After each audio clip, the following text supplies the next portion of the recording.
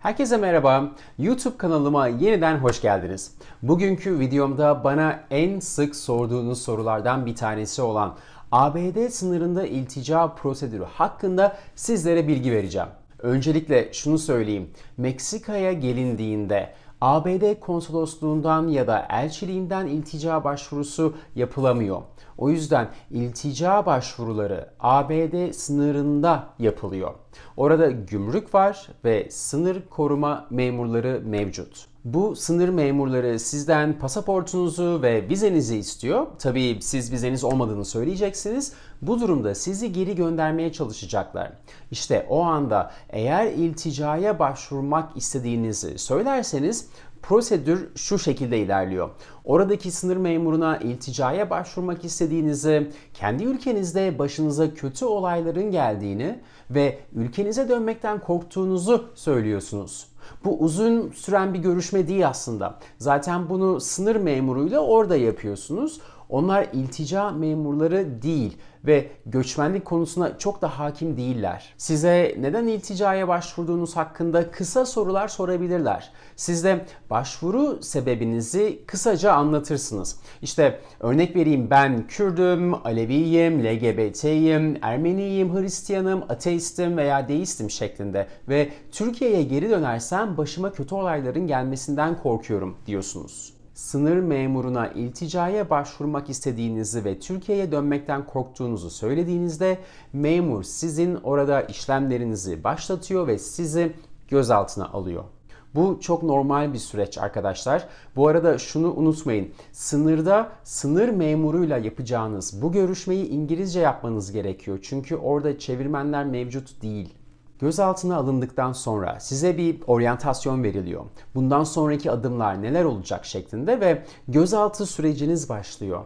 Gözaltına alındığınız andan itibaren bir iltica memurunun sizi görüşmeye alması için 48 saat süresi var.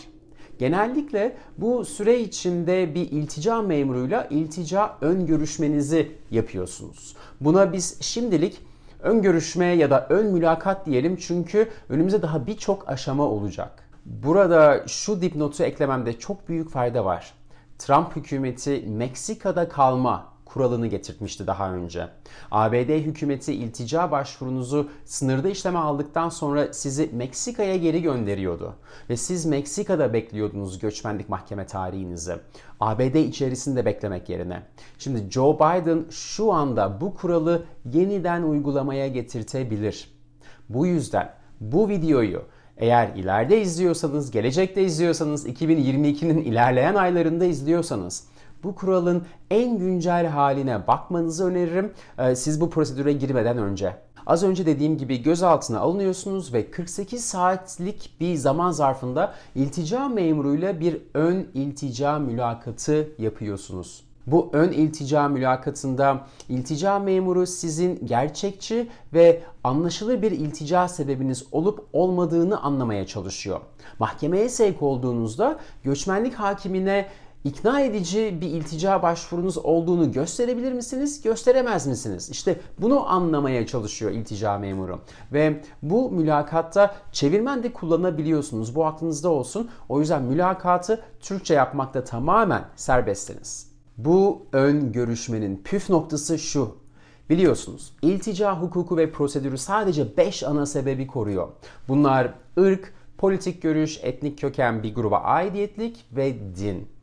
Bu 5 sebepten bir ya da birden fazlası yüzünden başınıza kötü olaylar gelmiş olduğunu söylemeniz ve gelecek korkularınızın bu sebeplere dayalı olmuş olması gerekiyor. O yüzden iltica memuru size sorduğunda geçmişte başınıza gelen kötü olayların iltica ana sebebiniz yüzünden olduğunu en iyi şekilde ifade edebilmeniz lazım. Şimdi burada belki bir örnek verirsem daha net anlaşılabilir. Örneğin Türkiye'de dolar çok yükseldi, ben geçinemiyorum, ilticaya başvuruyorum derseniz iltica memuru sizi reddeder ve sınır dışı edilirsiniz. Ama ben Türkiye'de AKP karşıtıyım ve AKP hükümeti hakkında sosyal medyada eleştiren paylaşımlarda bulundum ve bu yüzden hakkımda yakalama kararı çıktı. Politik düşüncemden dolayı ben Türkiye'ye dönmekten korkuyorum derseniz İşte bu geçerli bir sebep sayılabilir ve sizi göçmenlik mahkemesine sevk edebilirler. Yani içeri alırlar. Aradaki fark bu şekilde. Ayrıca iltica başvurusuna engel teşkil eden bazı durumlar vardır. Dolayısıyla bu durumlardan herhangi biri sizin için geçerliyse iltica memuru başvurunuzu reddedebilir. Bu durumlara örnek vereyim. Terörist aktivitelerinde bulunduysanız, terörist organizasyonuna üyeyseniz, Türkiye dışında başka bir ülkede yaşama hakkınız varsa, ciddi bir suça karıştıysanız ya da suç işlediyseniz gibi. İşte bu tarz güvenlik sorularını size soracaklar. Şayet evet dediğiniz durumlar olursa detaylıca sizden bilgi alacaklar. Ve tabii bu sizin göçmenlik mahkemesine sevk olup olmayacağınıza dair kararda etkili olacak. Şimdi bu süreç sonunda iltica memuru sizin iltica başvurunuza inanırsa o zaman sizi göçmenlik mahkemesine sevk edecek.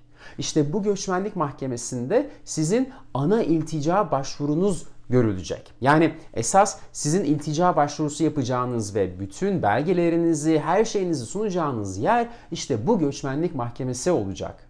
İltica memuru sizi mahkemeye sevk ederse eğer, burada gözaltında kalmanız gerekip gerekmediğine bakılacak.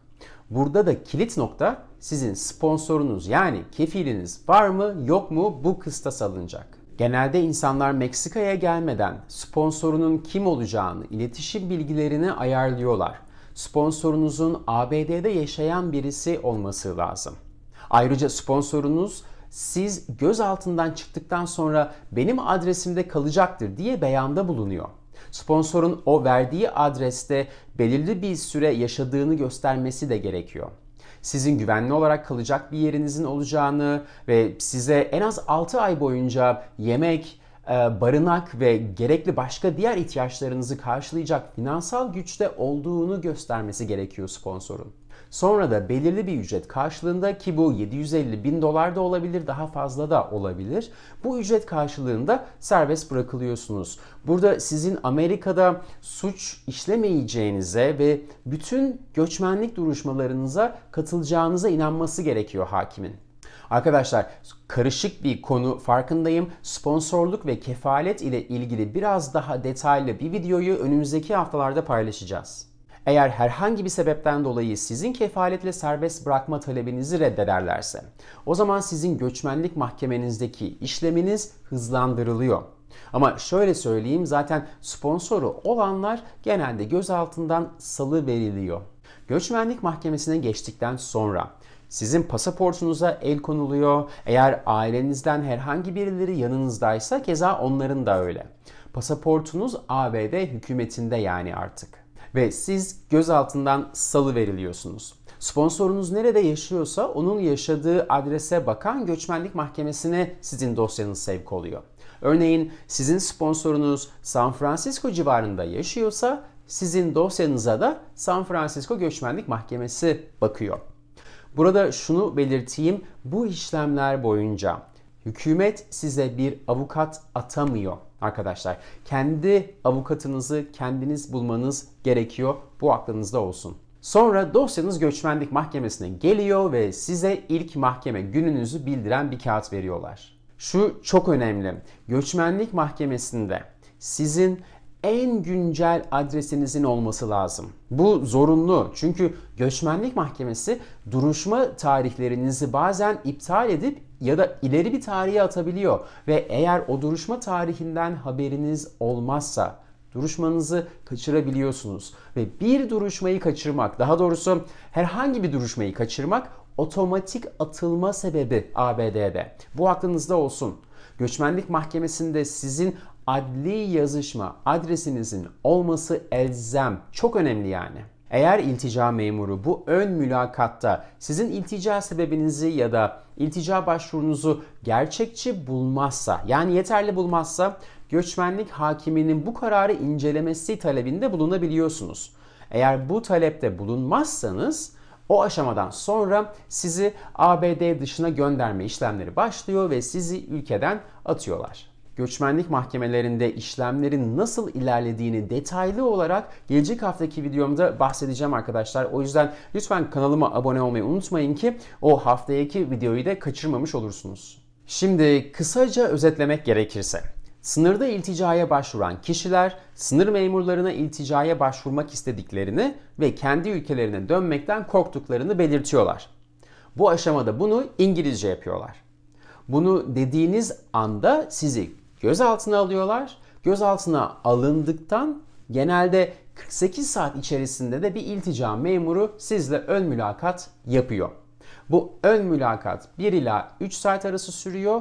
Bu mülakatta geçmişinizde başınıza neler geldi, gelecekte Türkiye'ye dönmekteki korkularınız ve sebepleri neler? Bunlardan bahsediyorsunuz.